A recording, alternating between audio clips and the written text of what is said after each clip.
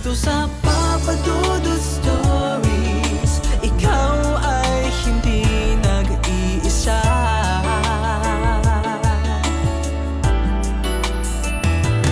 Dito sa Papa Dudut Stories, may nagmamahal sa'yo.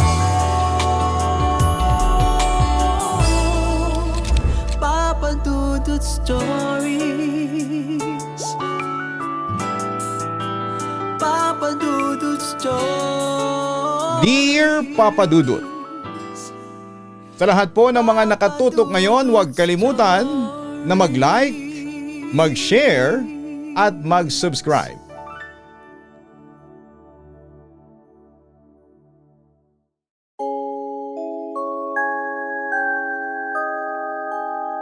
Magandang araw po sa inyong lahat.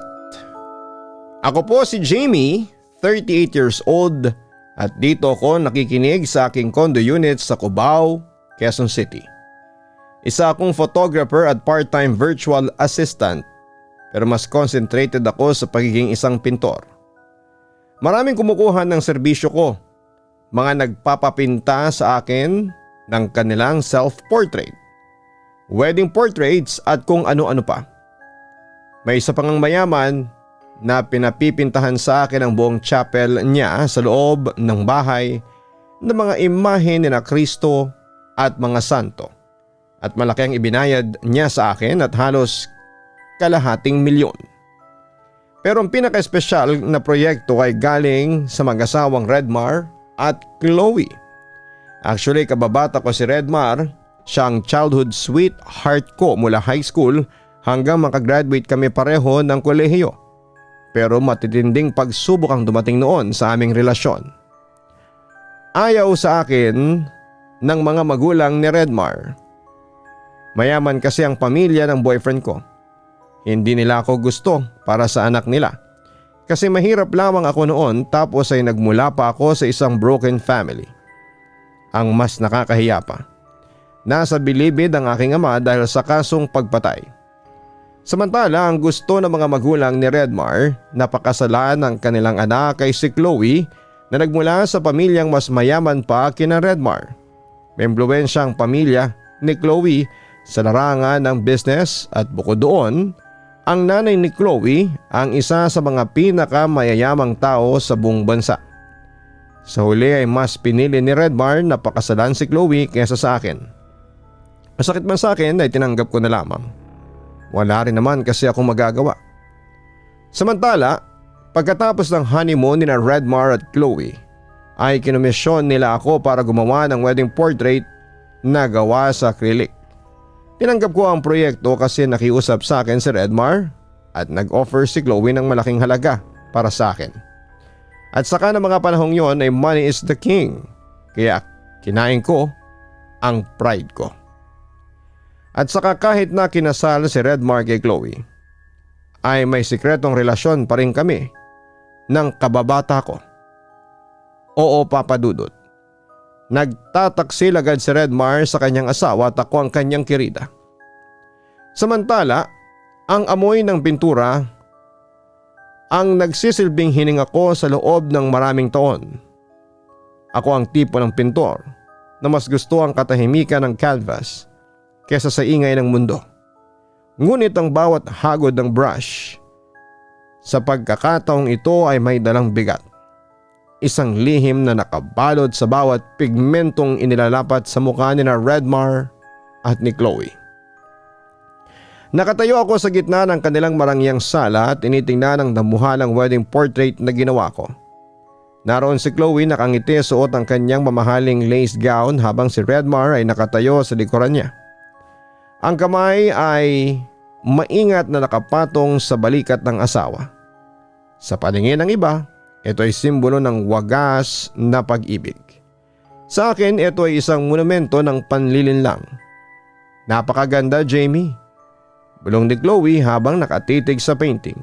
Hinawakan niya ang gintong frame. Nakuha mo ang kislap ng mga mata namin ni Redmar noong araw na yon. Parang totoo. Napalunok ako. Lumingon ako kay Redmar na nooy nakasandal sa hamba ng pintuan. Hawak ang isang baso ng whiskey. Ang kanyang mga mata, ang mismong mga matang ipininta ko, ay hindi nakatingin sa portrait. Nakatitig sila sa akin. Isang titig na nagpapaalala sa bawat gabing magkasama kami sa studio ko. Sa bawat pangakong ibinubulong niya habang ang asawa niya ay nasa mga board meeting. Salamat, Chloe. Tugon ko at pilit na pinatitigas ang boses. Pinagsikapan ko talagang maging makatotohanan ng bawat detalye. Deserve nyo ang ganitong klaseng sining. Dagdag ni Redmar. Lumapit siya at inakbayan si Chloe. Ngunit ang kanyang hinalaki ay palihim na umahaplos sa braso ko habang naglalakad siya sa pagitan namin. Isang paalala ng lahat ng maganda ay dapat naingatan. Nang umalis si Chloe para kumuha ng wine sa kusina ay mabilis na lumapit sa akin si Redmar. Hindi ko na kaya ang pagpapanggap na ito, Jamie. Konting tiis na lang, bulong niya. Natatakot ako, Redmar. Ang portrait na ito ay parang binabantayan tayo ni Chloe kahit na wala siya sa silid. Tumawa siya ng mahina. Isang tunog na dati musika sa pandinig ko pero ngayon ay tila may halong kaba. Imagination mo lang yan. Ikaw ang gumawa niyan kaya ikaw ang may control. Papadudot nagpatuloy ang relasyon namin ni Redmar kahit na delikado. Ingat na ingat kami. Hindi ako lumalapit sa kanya kapag nasa labas kami dahil ayokong may magsuspetsa sa amin. Pero kapag nasa condo unit na ako ay palihim na bumibisita si Redmar para makipaglaro at makipag-romansahan sa akin. Kahit na gano'n ang setup namin, naging masaya naman kami. Pero papadudot katulad ng kasabihan na walang lihim ang hindi nabubunyag. Ang sekreto namin ni Redmar ay unti-unting nakarating kay Chloe. Natatandaan ko pa. Gabi ng anibersaryo nila nang gumuho ang lahat. Ang ulan sa labas ay tila nagbababala. Humahampas sa mga bintana ng mansyon. Jamie, bakit nandito ang hikaw mo sa loob ng sasakyan ni Redmar? Ang boses ni Chloe ay mahina pero matalas pa sa labaha. Nakatayo siya sa harapan ng painting na ginawa ko. Lumingon ako at nanginginig ang mga kamay. Nakita ko ang galit na unti-unting lumalamon sa kanyang muka. Hindi na siyang anghel sa painting. Siya na ang babaeng niloko, binaliwala at ngayon ay handang manira. Huwag mo kong pag-isipan ng masama. Hinatid lang niya ako sa kondo ko kahapon kasi malakas ang ulan at may PUV strike pa. Wala akong masakyan. Alibay ko. Pero ang totoo ay nag-make out kami ni Redmar sa loob ng kanyang kotse habang wala si Chloe. Hindi naman ako nagsiselos. Seryosong wika ni Chloe sa akin. Alam ko namang hindi mo gawin sa akin ang asawa ko, hindi ba? Napalunok ako sa huling sinabing yon ni Chloe. Pero bago pa ako magsalita ay tinalikuran na niya ako at umanis na. Habang yung hikaw ay ipinatong niya sa mesa sa sala. Agad ko naman yung binulsa sa aking suot na pantalon. Lumipas sa mga araw naging tahimik lamang si Chloe pero alam kong nag-oobserba siya. Siyempre hindi ako komportable. Kasi nasa loob ako ng bahay nila. Sa totoo lang ay pwede ko namang gawin ang painting doon sa condo unit ko. Pero gusto kasi ni Chloe na doon ko gawin sa mansyon ang painting dahil gusto ni Chloe na makita niya ang progress ng ginagawa ko at magsasuggest siya kung kinakailangan. Pero papadudot isang gabi habang nagiinuman kami sa bahay ni Chloe. Isang kunwaring selebrasyon para sa tagumpay ng kumpanya. Ay doon sumabog ang lahat. Nakita ni Chloe ang hindi dapat makita, isang mensahe sa cellphone ni Redmar na naiwan sa mesa habang naliligo ito. Isang mensahe mula sa akin. Nagsimula ang lahat sa isang basag na baso. Hayop ka, Redmar? Sigaw ni Chloe. Ang boses niya ay hindi na ang malambing na babaeng ipinipinta ko. Ito ay puno ng puot.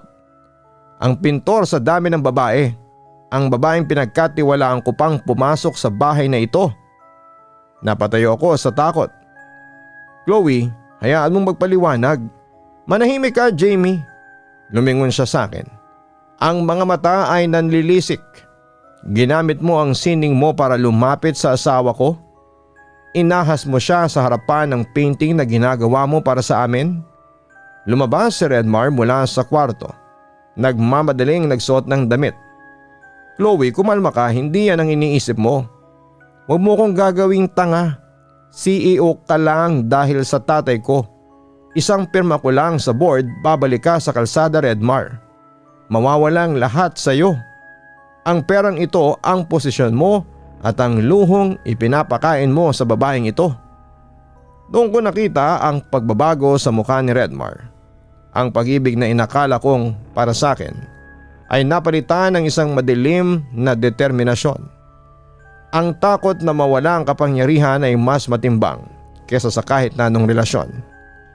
Hindi mo gagawin yan, Chloe, mahinahong sabi ni Redmar, pero ang boses niya ay may talim ng kutsilyo. Subukan mo ako. Bukas na bukas din. Ihahanda ko ang annulment papers at ang termination mo sa kumpanya. Nagsimula ang pisikal na pag-aaway. Itinulak ni Chloe si Redmar at gumanti ang lalaki. Hinawakan niya si Chloe sa balikat at niyugyog ng malakas.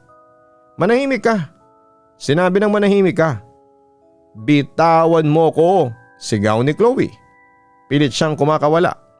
Sa gitna ng kaguluhan, malakas na naitulak ni Redmar si Chloe patungo sa direksyon na matulis na kanto ng marmol na fireplace. Isang malakas na lagotok ang bumasag sa hangin. Ang tunog ay parang nabasag na pakwan. Bumagsak si Chloe walang galaw. Tumigil ang mundo namin ni Redmar. Ang dugoang ulo niya ay tumama sa sahig, mismo sa tapat ng wedding portrait nila. Ang dugo ay dahan-dahang gumapang sa puting carpet. Parang isang pulang pintura na pilit na kumakawala sa canvas. Patay na si Chloe. Ang mga mata niya ay nanatiling dilat, nakatitig sa painting kung saan sila ay masaya. Redmar, anong nagawa mo? Nanginginig ang buong katawan ko. Gusto kong tumakbo pero tila nakadikit ang mga paa ko sa sahig. Hingal na hingal si Redmar, tinitignan ang kanyang mga kamay. Lumingon siya sa akin, ang mukha ay blanko. Kailangan nating linisin ito, Jamie. Kung mahal mo ako, tutulungan mo ako. Aksidente ito, ikaw ang saksi. Sasabihin nating nadula siya. Pero napatay mo siya, Redmar. Kailangan nating tumawag ng pulis. Bigla niyang hinawakan ang pangako. Sapat na para masaktan ako. At ano? Sasabihin mong kabit kita? Kaya kami nag-away? Madadamay ka, Jamie. Masisira ang karir mo. Makukulong tayong dalawa. Gusto mo ba yon? Nanahimik ako. Ang takot ko sa kanya ay nagsimulang lumamang sa pagmamahal ko. Inilibing namin si Chloe sa ilalim ng greenhouse sa likod ng bahay. Sa mga sumunod na araw, ang mansyon ay naging isang malamig na libingan. Pero hindi naging hadlang yon para ibahay na ako ni Redmar doon sa mansyon.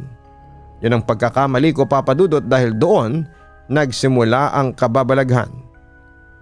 Isang gabi habang nagpipinta ako sa studio na ipinagawa ni Redmar para sa akin sa loob ng bahay, naramdaman ko ang isang malamig na hininga sa bato ko. Jamie? Lumingon ako pero walang tao. Ngunit nang tignan ko ang wedding portrait sa sala, nanindig ang balahibo ko. Ang mukha ni Chloe sa painting ay hindi na ito nakangiti. Ang mga labi niya ay tila nakayukod na sa lungkot.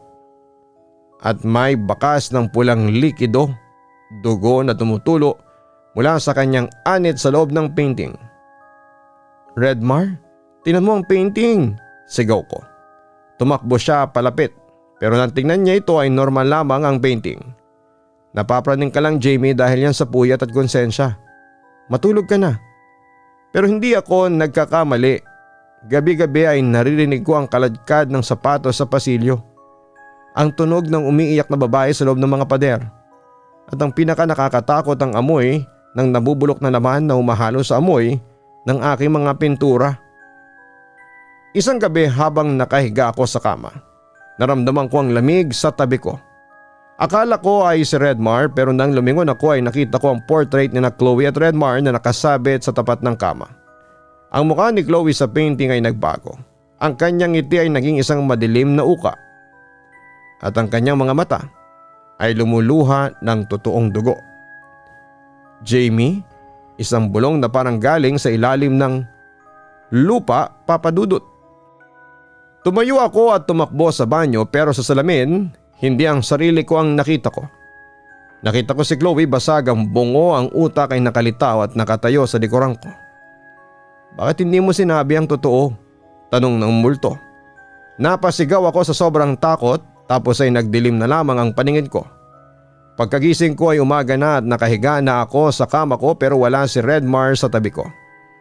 Samantala habang lumilipas sa mga araw ay napapansin ko ang pagbabago kay Redmar. Hindi siya nagluluksa, sa halip ay abala siya sa paglilipat ng lahat ng assets ni Chloe sa pangalan niya. Isang gabi habang tulog siya, nakita ko ang isang folder sa kanyang drawer. Ito ay mga papeles para sa isang life insurance policy na kinuha niya para sa akin. Ilang buwan nang nakakalipas. Pero may kasama itong isa pang dokumento. Isang confession letter na may pirma ko, na nagsasabing ako ang pumatay kay Chloe dahil sa selos at pagkatapos ay magpapakamatay ako. Hindi lang confession letter ang natuklasan ko. May nakahanda na ring mga dokumento si Redmar na nagtuturo talaga sa akin bilang pumatay kay Chloe.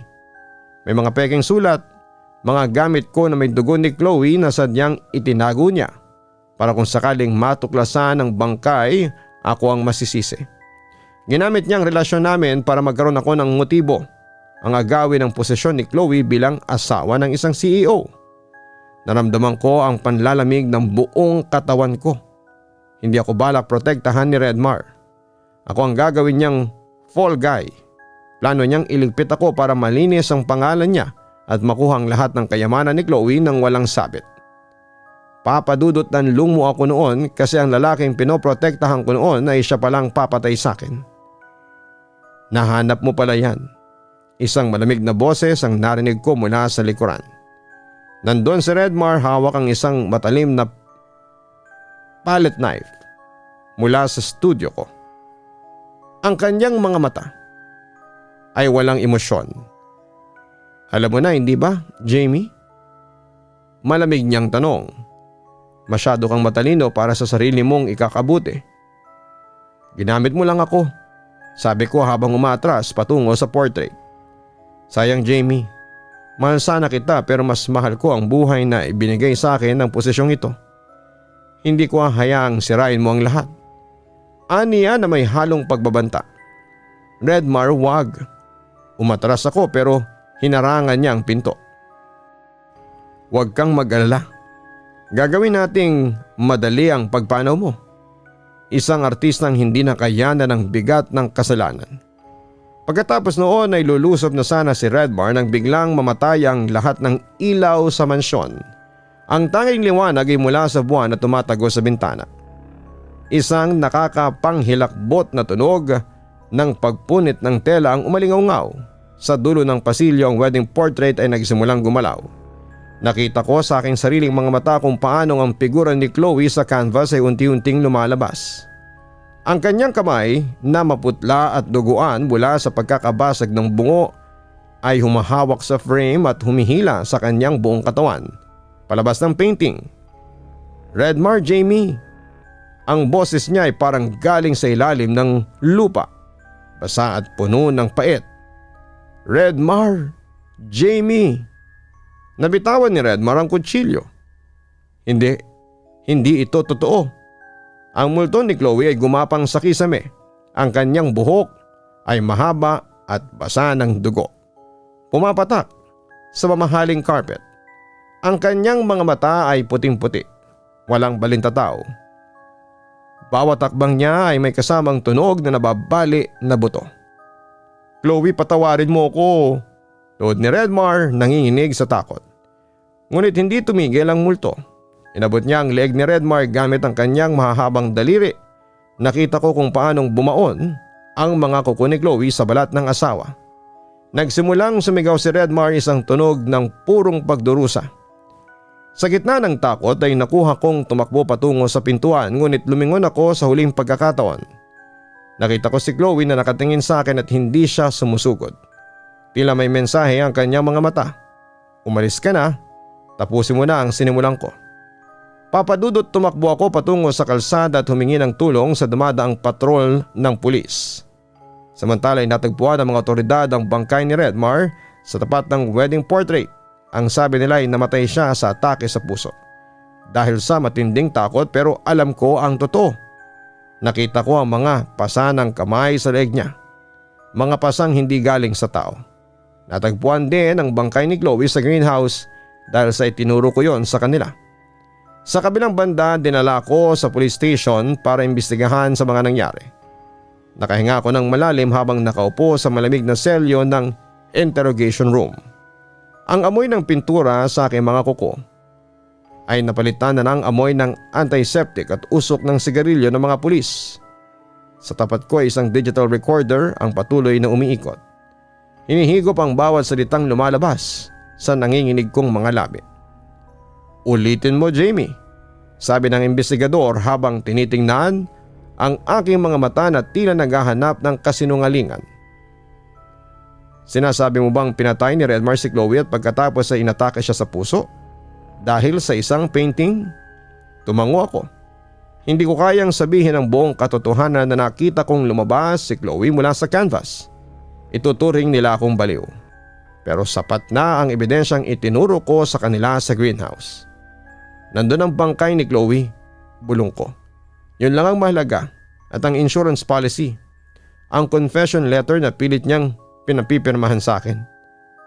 Balak niya akong iligpit. Nang ilabas ako sa presinto, pagkalipas ng ilang araw dahil sa kawalan ng direktang ebidensya laban sa akin, sa pagpatay kay Chloe, bumalik ako sa isang maliit na studio. Pero hindi na ako ang dating Jamie. Bawat sulok ng kwarto ko ay tila may anino. Isang gabi nakatanggap ako ng tawag mula sa abogado ng pamilya ni Chloe. Dahil sa pagkamatay ni Redmar at ang katotohanang wala silang anak, ang ilang personal na gamit na ipinagawa ni Redmar gamit ang pera ng kumpanya ay kailangang i-dispose. Isa na doon ng wedding portrait. Ipadala niyo rito, sabi ko. Kailangan ko itong makita sa huling pagkakataon. Nang dumating ang dambuhalang painting sa studio ko, dahan-dahan ko itong binuksan mula sa bubble wrap. Nanindig ang balahibo ko, ang painting ay bumalik sa dati. Nakangiti si Chloe at si Redmar, pero may isang detalyeng nagpabago sa tibay ng dibdib ko. Sa kanang bahagi ng portrait sa madilim na background sa likuran ni Redmar at Chloe, may isang bagong figura ng hindi ko ipininta. Isang malabo at madilim na anino ng isang babaeng may hawak na palette knife. Nakatayo sa likuran nila, nakatingin ng diretsyo sa akin. Yun ako, ipininta ng sarili nitong multo. Napagtanto ko na hindi pa tapos si Chloe sa akin. Binigyan niya ako ng buhay, oo, pero kinuha niya ang aking katahimikan. Ngayon, bawat canvas na harapin ko ay magiging paalala ng gabing yon. Hindi ako nakulong sa rehas na bakal, kundi sa isang rehas na gawa sa kulay at sa pagdurusa.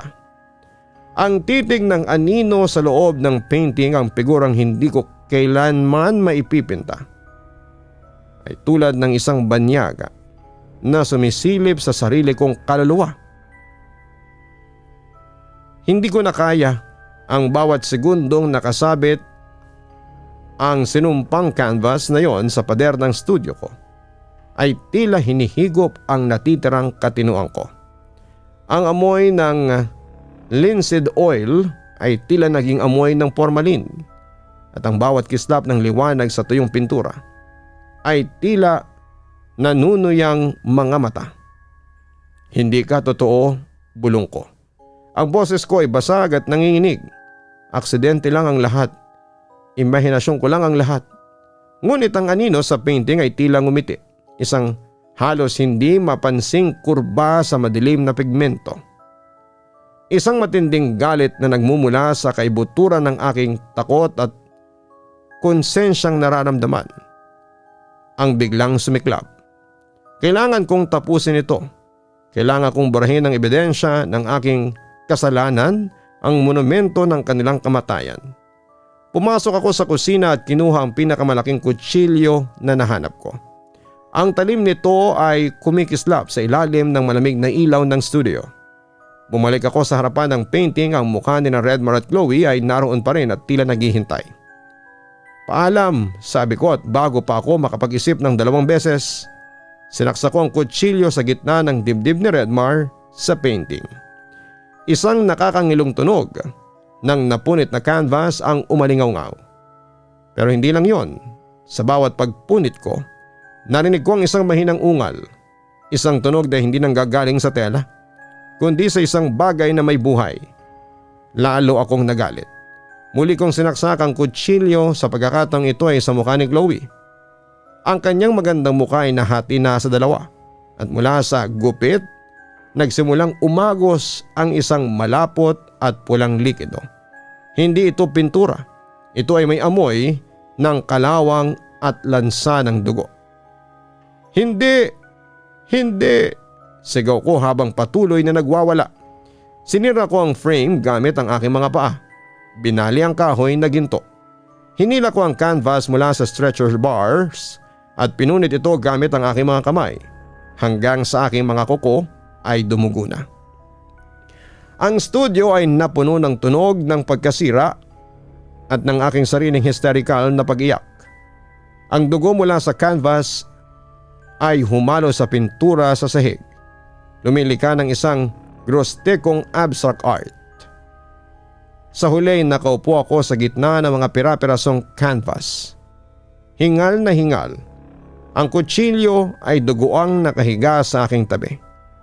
Ang wedding portrait ay wala na, wasak na. Tumingin ako sa paligid, ang studio ay tahimik. Wala ang malamig na hininga. Wala na ang bulong.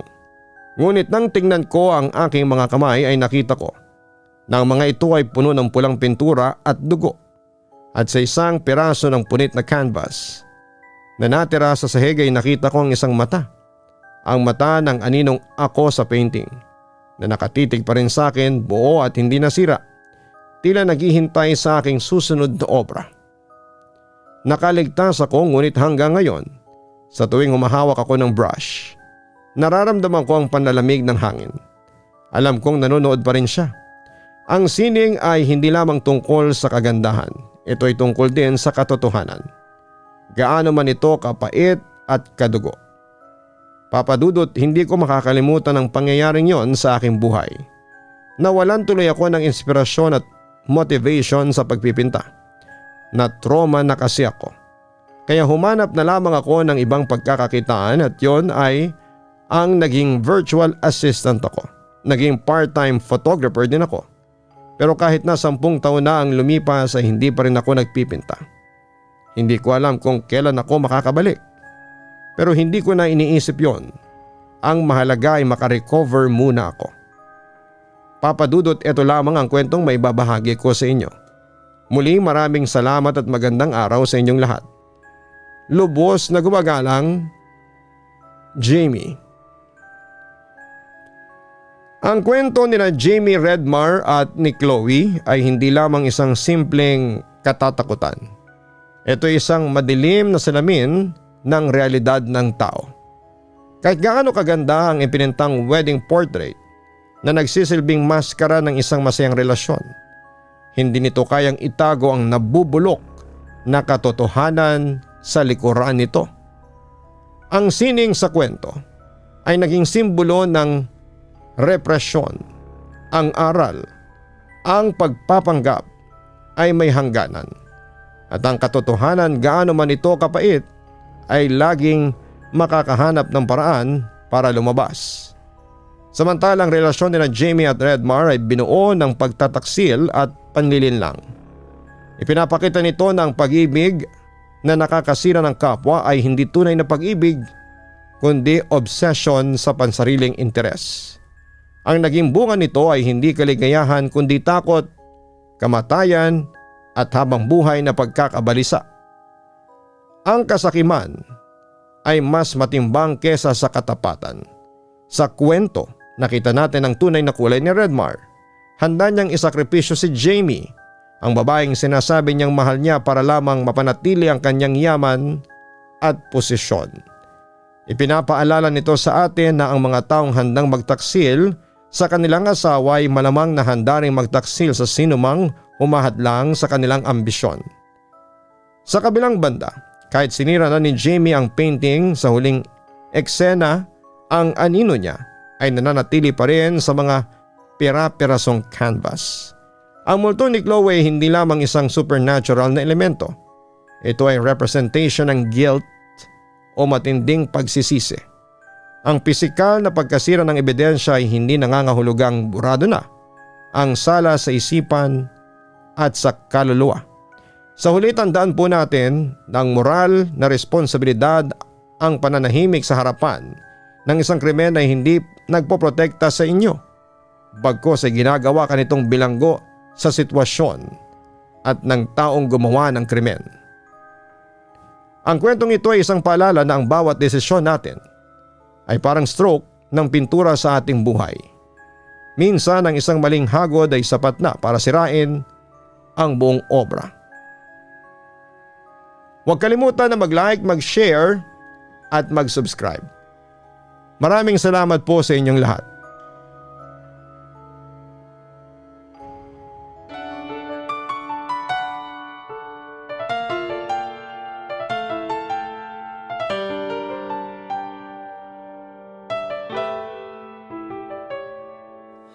Ang buhay ay mahiwaga,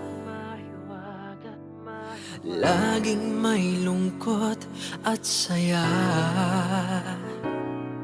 Sa Papa Dudut Stories, laging may karamay ka.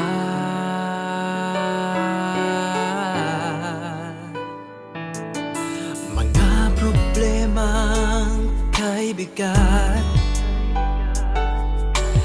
dito ay pakikinggan ka. Sa Papa Dudut Stories, kami ay iyong kasama. Dito sa Papa Dudut Stories, ikaw ay hindi nag-iisa.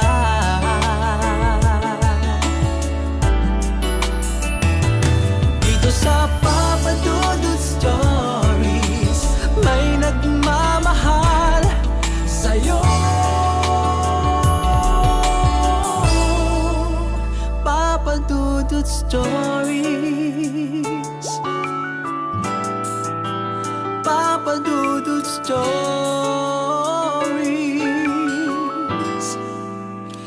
Papa Dudut Stories.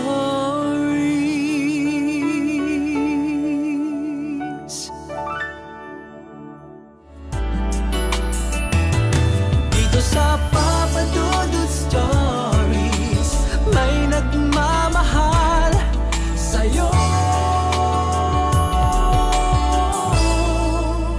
Papa Dudut Stories,